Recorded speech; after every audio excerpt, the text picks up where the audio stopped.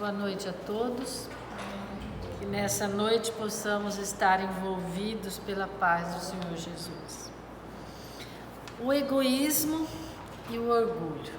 Esse é o tema da nossa palestra de hoje. Palestra não, na mensagem, né? O egoísmo, esta chaga da humanidade, deve desaparecer da terra porque impede o seu progresso moral. Emmanuel, item 11, capítulo 11 do Evangelho segundo o Espiritismo. Egoísmo, no dicionário, ele diz assim: é a qualidade de quem é egoísta. E egoísta é a pessoa que tudo se refere a si mesma, que trata exclusivamente de si ou de seus próprios interesses. Tem orgulho e denota falta de sentimentos altruístas, ou seja, aquela pessoa que se preocupa com os outros. No dicionário também vem o orgulho, né? O significado.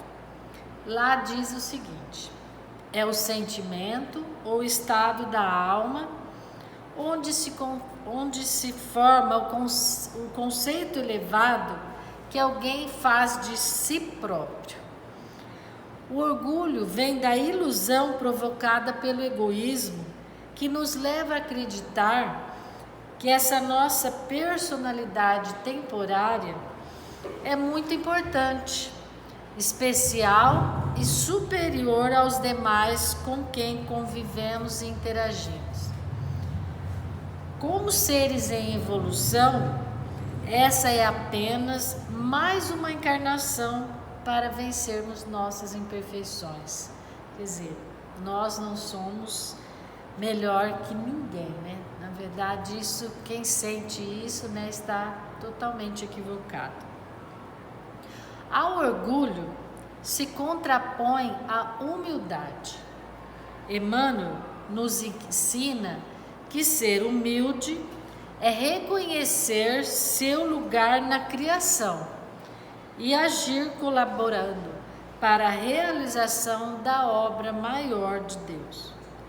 Somos parte de uma engrenagem e cada peça tem o seu valor específico.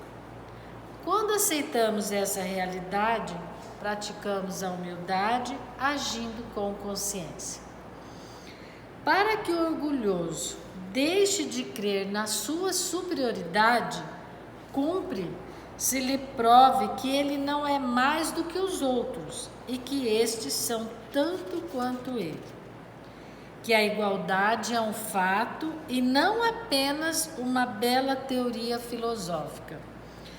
Que estas verdades ressaltam da pré-existência da alma e da reencarnação. Temos o amor no íntimo, um germe para ser desenvolvido, mas ainda não vivenciamos a amorosidade. Ainda não temos atitudes de amor para o nosso próximo. No capítulo citado do Evangelho segundo o Espiritismo, intitulado Amar o Próximo como a si mesmo, Kardec inclui nos itens 11 e 12 duas mensagens, uma de Emmanuel e outra de Pascal, sobre o egoísmo e o orgulho, obstáculo maior à manifestação do amor. Nesta página citada, Emmanuel afirma que o egoísmo impede o progresso moral da Terra. Deve-se o alvo para o qual todos os verdadeiros crentes devem dirigir suas armas, suas forças e sua coragem. Precisamos de coragem para vencer a nós mesmos, mais difícil do que vencer os outros. Ele é filho do orgulho, prossegue o instrutor. É a fonte de todas as misérias humanas. E o maior obstáculo à felicidade dos homens.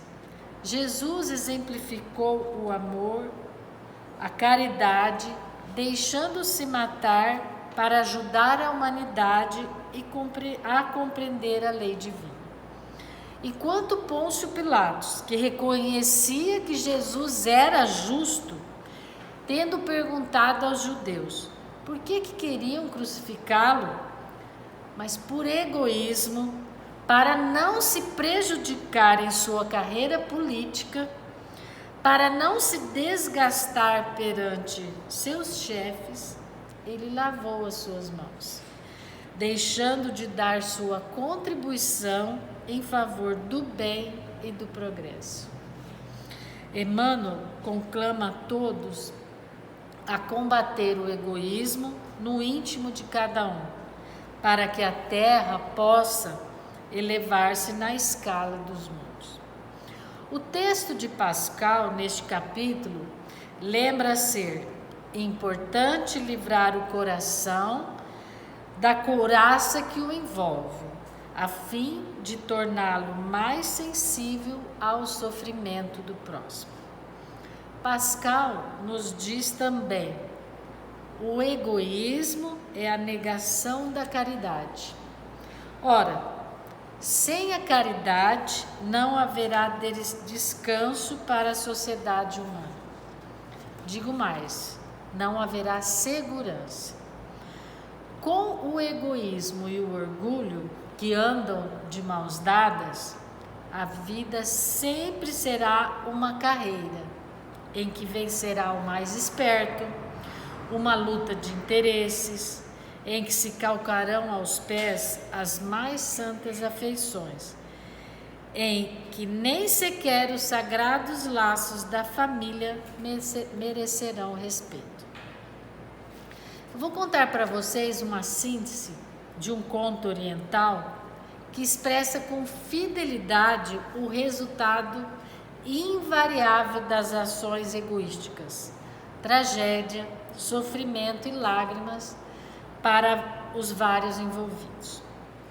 3 viajantes encontraram certa vez um tesouro.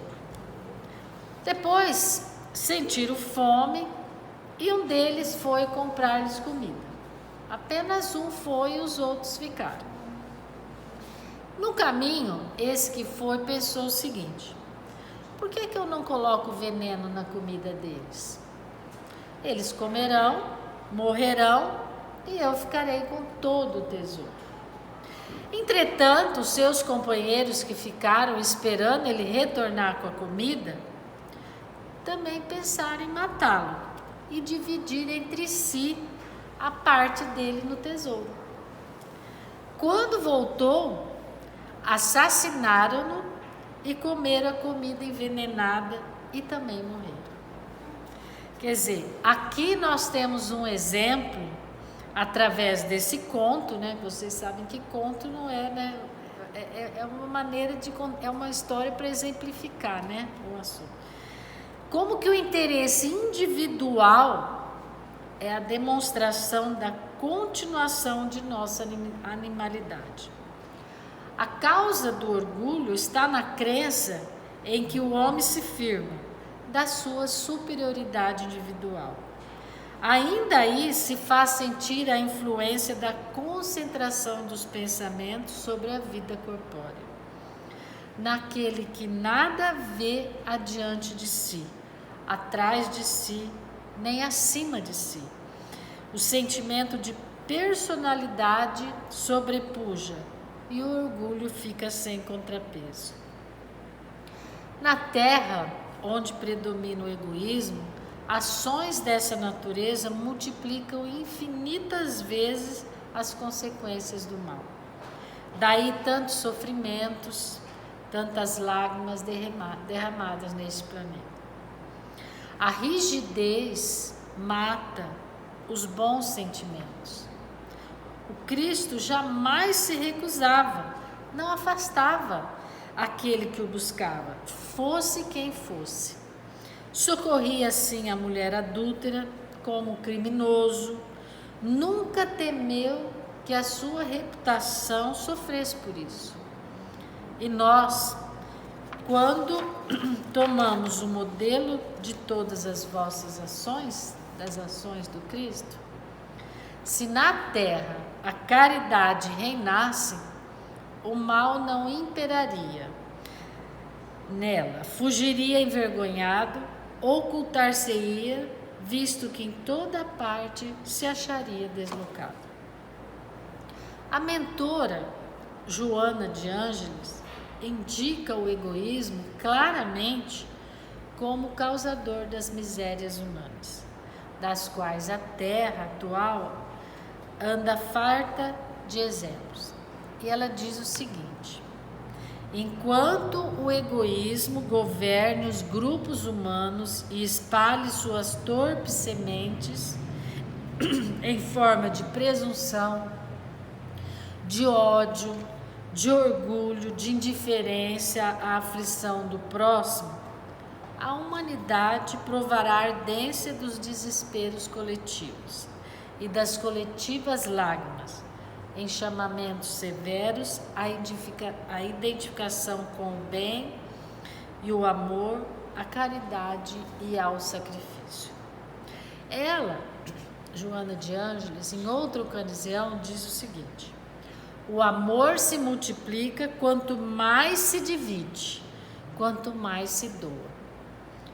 Fazer o bem é exercitar esse amor, doando do que somos, do que temos e do que detemos temporariamente, apesar de nunca estarmos conscientes disso. Esse é o caminho para superar o egoísmo e o orgulho. No Livro dos Espíritos, no item 913, os instrutores espirituais esclarecem que entre os vícios, o mais radical é o egoísmo. Radical porque tem raízes mais profundas. E prossegue: do egoísmo deriva todo o mal. Estudai todos os vícios e vereis que no fundo de todos existe egoísmo. Por mais que luteis contra eles, não chegareis a extirpá-los enquanto não atacardes pela raiz, enquanto não houverdes destruído a causa. Que todos os vossos esforços tendam para esse fim, porque nele se encontra a verdadeira chaga da humanidade.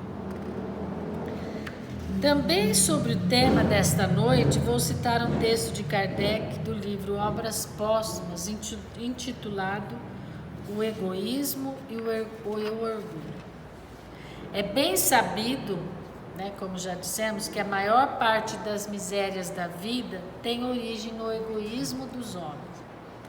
Desde que cada um pense em si, antes de pensar nos outros, e cogita, antes de tudo, de satisfazer seus desejos, cada um naturalmente cuida de proporcionar a si mesmo essa satisfação a todo custo e sacrifica sem escrúpulo os interesses alheios, assim nas mais insignificantes coisas, como nas maiores, tanto de ordem moral quanto de ordem material.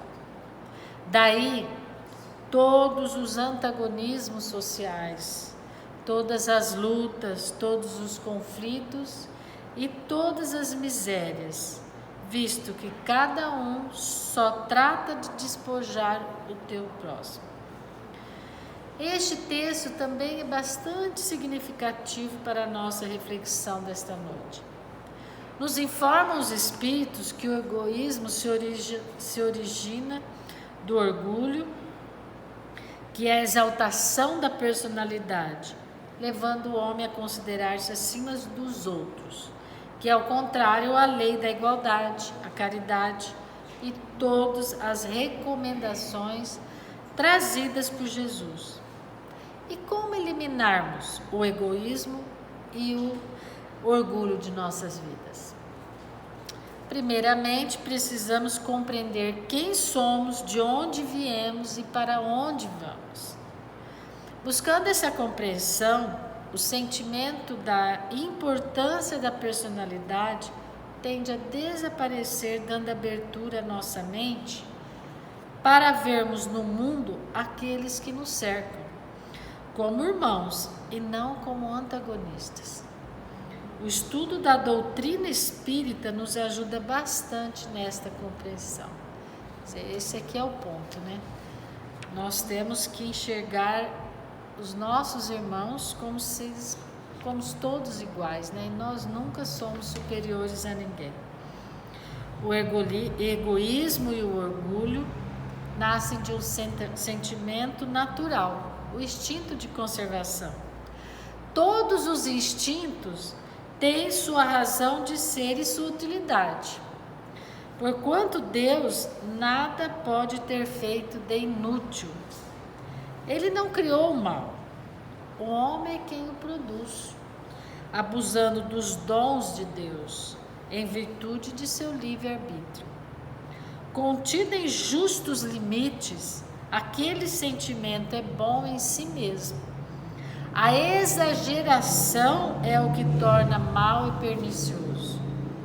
O mesmo acontece com todas as paixões que o homem frequentemente desvia do seu objetivo providencial. Ele não foi criado egoísta nem orgulhoso por Deus, que o criou simples e ignorante. O homem é que se fez egoísta e orgulhoso, exagerando o instinto que Deus lhe outorgou para a sua conservação. Não podem os homens serem felizes se não viverem em paz, isto é, se não os animar um sentimento de benevolência, de indulgência e de condescendência.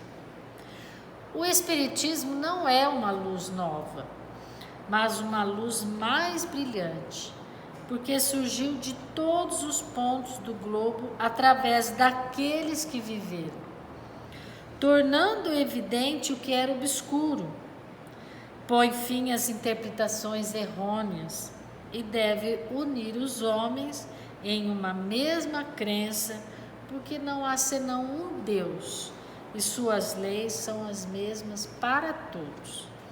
Ele marca, enfim, a era dos tempos do que foi dito pelo Cristo e pelos profetas. Os males que afligem os homens na terra, como já falamos aqui, têm como causa o orgulho, o egoísmo e todas as más paixões. Pelo contato de seus vícios, os homens tornam-se reciprocamente infelizes e punem-se uns aos outros. O egoísmo é a chaga da humanidade, tem que desaparecer da terra, porque seu progresso moral é dificultado, é obstruído por ele. É importante sempre lembrarmos esta frase. O objetivo essencial do Espiritismo é o melhoramento dos homens. A crença no Espiritismo só é proveitosa para aqueles que quem se pode dizer: hoje estou melhor do que ontem. Não é preciso procurar nele, no Espiritismo, senão o que pode ajudá-lo para seu progresso moral e intelectual. O verdadeiro espírita não é o que crê nas manifestações, mas aquele que faz bom proveito do ensinamento dado pelos espíritos. É bem diferente, né? Porque a gente vê muito isso das pessoas quererem só se preocuparem com manifestações, se preocuparem com coisas que vêm de outro lado, de criar coisas, né? De saber de coisas que às vezes no momento não é capaz. Mas o que importa mesmo é nós aproveitarmos o ensinamento que os espíritos nos trazem. Nada adianta acreditar se a crença não faz com que se dê um passo adiante no caminho do progresso, que não faça esforços para a sua melhoria pessoal e que não faça melhor para com o próximo. O egoísmo, o orgulho, a vaidade, a ambição, a cupidez, o ódio, a inveja, o ciúme, a maledicência, são para a alma ervas daninhas, ervas venenosas, das quais é preciso a cada dia arrancar algumas hastes, e que tem como contraveneno a caridade e a humildade. A caridade é a lei suprema do Cristo. Amem-se uns aos outros como irmãos. Ame seu próximo como a si mesmo. Perdoe seus inimigos. Não faça a outrem o que não gostaria que lhe fizesse. Tudo isso resume na palavra caridade. Emmanuel cita: é esse antagonismo entre a caridade e o egoísmo, a invasão do coração humano por essa lepra, que se deve atribuir o fato de não haver ainda o cristianismo desempenhado por completo a sua missão.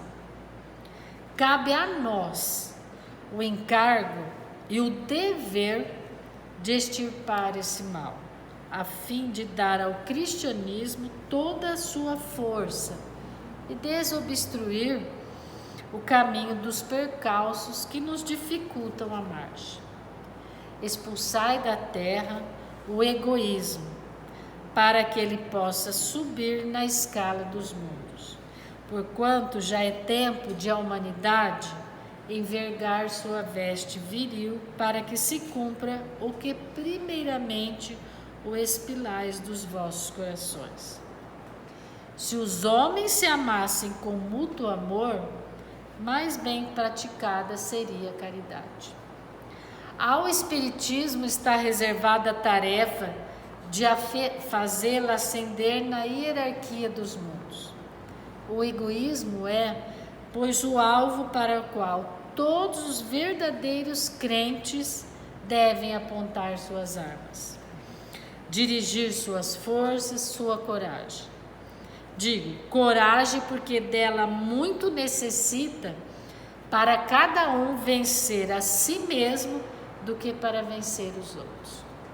Muitas vezes queremos mudar os outros, achamos que os outros precisam mudar seus pensamentos e atitudes, e nunca achamos que nós precisamos mudar também. Que cada um, portanto, empregue todos os esforços a combatê-lo em si, certo de que esse monstro devorador de todas as inteligências, esse filho do orgulho, é o causador de todas as misérias do mundo terreno. É a negação da caridade e, por conseguinte, o maior obstáculo à felicidade dos homens. O homem egoísta pensa em si e somente em si. Tudo que vê, observa, acredita que deva lhe servir. Negação da caridade, o egoísmo gera insegurança para os homens, porque como o egoísmo e o orgulho andam de mãos dadas, a vida será sempre uma corrida em que vencerá o mais esperto, uma luta de interesses em que nada nem ninguém merece respeito. Observa-se repetidas vezes nos coletivos apinhados a corrida para um banco para sentar. Não se respeitam os idosos com dificuldade de equilíbrio, que simplesmente são empurrados. Não se respeitam deficientes na sua marcha difícil, nem mulheres com crianças no colo. O que importa é que o egoísta esteja confortavelmente acomodado. Dessa pequena amostra cotidiana, passamos ao panorama do mundo, onde nações ricas contrastam com as misérrimas, com o povo a morrer de fome. Isso nos recorda de uma grande fome que se abateu sobre um país europeu em determinada época. Os pobres, sobretudo as crianças, sofriam muito. Um homem abastado chamou 20 crianças e lhes disse que todos os dias ele compareceria à praça com uma cesta, com um pão para cada uma delas. Um pão por dia é o que receberiam até que a fome se extinguisse no país. As crianças esfomeadas partiram para cima da cesta e brigaram, cada uma querendo pão maior. Terminada a batalha, cada qual saiu a correr com seu trunfo, o pão para matar a sua fome. Foram-se todos, à exceção de uma garotinha. À distância ficou o homem a olhá-la. Chegou devagar, pegou o último e menor pão que sobrara na cesta, agradeceu e sorriu e foi embora. No dia seguinte, as crianças voltaram. Aos empurrões e tapas disputaram os pães maiores. Para a pequenina, restou um pãozinho pequenininho, nem metade do tamanho dos outros, que os outros levaram. Quando ao chegar em casa, sua mãe abriu o pequeno pão e encontrou 6 moedas de prata. A garotinha correu para devolvê-las ao homem, que lhe disse: são suas, não é engano. Mandei colocar as moedas no menor pão para recompensar você. E concluiu a lição. Lembre-se de que as pessoas que preferem o menor pedaço a disputarem de forma egoísta e agressiva a maior parte, vão encontrar bênçãos bem maiores do que o dinheiro em seu caminho. Realmente, né? É uma lição e que eu estava assim, na hora que eu escrevi eu me lembrei que hoje eu vi uma cena assim, para mim foi chocante. No Afeganistão, que as pessoas estão, né? Eu gostaria até de entender um pouco mais de política, para entender o que está acontecendo, né? A gente acha que está tão longe, mas na verdade, né, é no mesmo planeta que a gente vive. Vendo as pessoas, e uma cena bem parecida, eu vi hoje na TV. Aparece a janela de uma van, uma pessoa esticando os braços, e as pessoas, senhoras, não eram crianças, um desespero, mas um desespero, era um embrulho que eu acredito que devia ser um pão também, não dava nem para ver, porque a luta era tão grande, né? E a gente está vendo isso hoje, né? Que a televisão está mostrando, que a gente está... Eu me sinto assim, angustiada de ver aquilo, as pessoas não sabem o que será o futuro delas. Um país onde as pessoas que vão guiá-las, que vão tomar conta do país, todas extremamente armadas, com os direitos todos violados.